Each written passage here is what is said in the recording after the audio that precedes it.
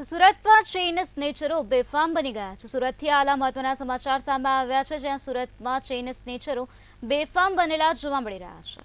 તો કામરેજના ઉભેડ ગામે chain snatching કરવાની ઘટના હાલ પ્રકાશમાં આવે છે। કામરેજના ઉભેડ ગામે બે ઇસમોએ વૃદ્ધાના ગળામાંથી ચેઇન સ્નેચિંગ કર્યું હતું। દોડા દિવસે વૃદ્ધ મહિલાના ગળામાંથી બે ઇસમો ચેઇન લૂંટીને ગયા હતા। વૃદ્ધાના ગળામાંથી સોનાની ચેઇન આંચકી બે શખ્સો ફરાર થઈ ગયા હતા, જેના સીસીટીવી ફૂટેજ પણ સામે આવ્યા છે।